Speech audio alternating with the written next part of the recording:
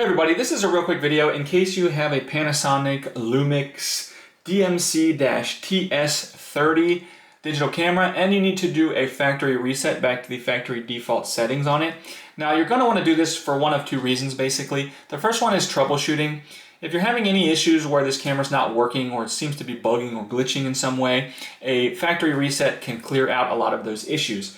The second reason you might want to do this is there's a ton of settings on here. We can change them all manually, or sometimes you just want to get a fresh start and just say I want to wipe everything off, get it back to the way it was when it came out of the box. And this will do this, and it's super easy to do on this camera. We just need to hit the menu set button to open the menu on here, and from there we're just going to toggle to the setup wrench icon submenu, and from the setup wrench icon submenu we'll select a reset. It's kind of all there is to it. It'll take you through a couple confirmation screens where you'll hit yes each time, and that will wipe everything off of the camera and set everything back to the way it was when it came out of the box. Thanks a lot for watching.